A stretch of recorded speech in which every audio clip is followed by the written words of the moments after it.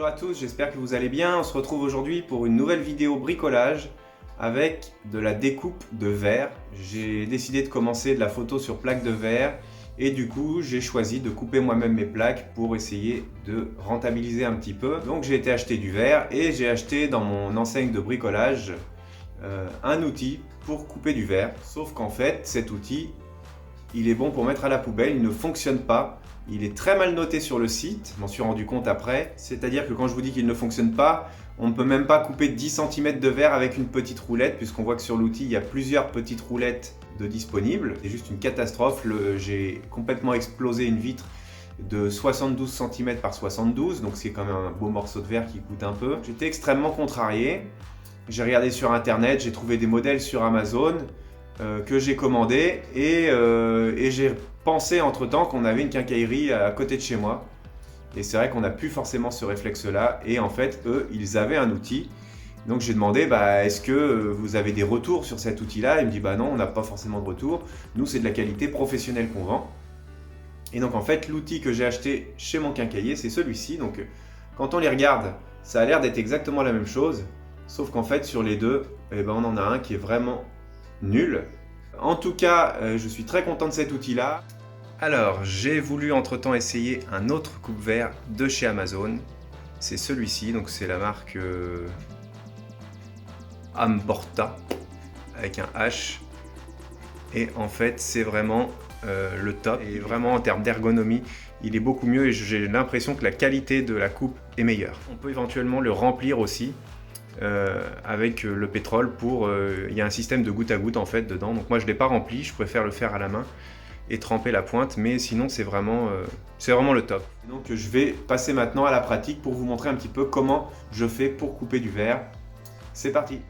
Pour couper du verre, vous aurez besoin d'une paire de gants, d'un mètre, d'une pince, d'un coupe-verre adapté, d'un feutre, donc indélébile, ça c'est un permanent, comme pour écrire sur les CD, et d'une règle, donc moi j'utilise un tasseau en bois tout simplement, un chiffon, un petit bocal, et du pétrole désaromatisé.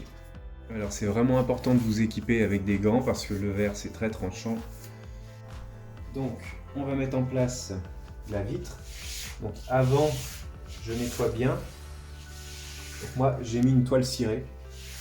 Il y en a qui mettent une couverture mais je trouve que la couverture était trop molletonnée, la mienne, et du coup la vitre n'appuyait pas sur quelque chose de ferme et je trouvais que ça pouvait être plus gênant qu'autre chose. Donc on va mettre en place notre vitre.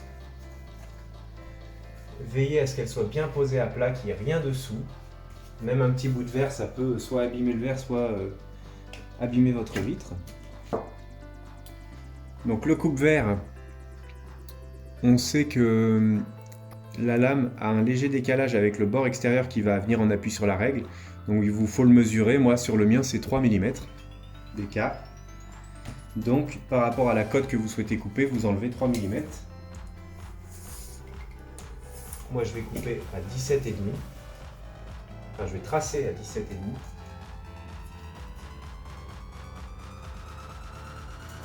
Et je fais 3 traits.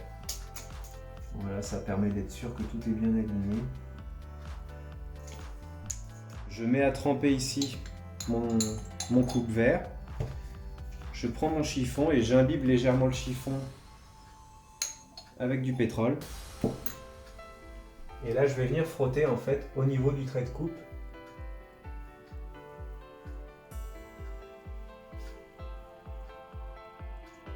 Voilà, pour déposer un peu de pétrole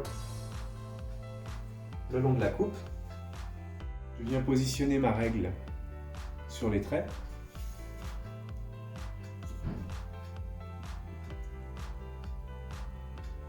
Voilà. Donc avec le pétrole, ça glisse un petit peu, mais ça passe. Ensuite, je prends mon coupe-verre, je l'égoutte un peu. Voilà, je tapote légèrement sur le chiffon. Et là, donc, je vais couper le verre en appuyant fermement, mais pas trop.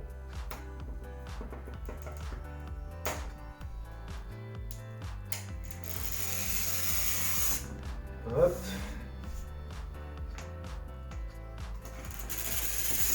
Je vais juste respire un petit peu ici. Il n'y a plus grand chose pour le faire casser. Ce que je fais, c'est que je le mets en porte-à-faux sur mon outil. Des fois, juste avec le poids, il casse. Sinon, on appuie très légèrement. Voilà. Très légèrement avec les doigts. Et là, on a une belle coupe bien nette. Voilà. Donc, je mets un petit coup de chiffon. Je secoue mon chiffon pour faire tomber éventuellement les petits morceaux. Et je passe à la coupe suivante. Toujours entre chaque coupe, on pense à bien nettoyer.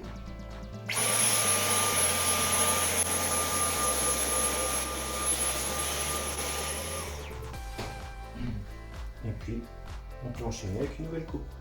Alors là, on voit que j'ai un petit loupé ici, bah tant pis. Voilà, donc là en fait j'ai pas assez appuyé avec mon outil et donc avec la pince je vais venir casser ce petit bout.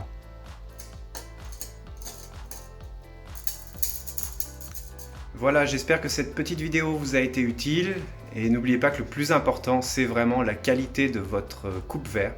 Voilà, si vous avez l'impression d'appuyer assez fort et que vous n'entendez pas le petit bruit c'est que votre coupe-verre est vraiment inapproprié, de mauvaise qualité, et je vous conseille de faire preuve de patience et d'arrêter et d'essayer de vous fournir un autre coupe-verre. Il y en a sur Amazon et vous pouvez peut-être en trouver chez des quincailliers, etc. Mais pour moi, tout ce qui est vendu en grande surface de bricolage, c'est vraiment d'une qualité médiocre. Et voilà, je vous souhaite une bonne fin de journée et bon bricolage à tous.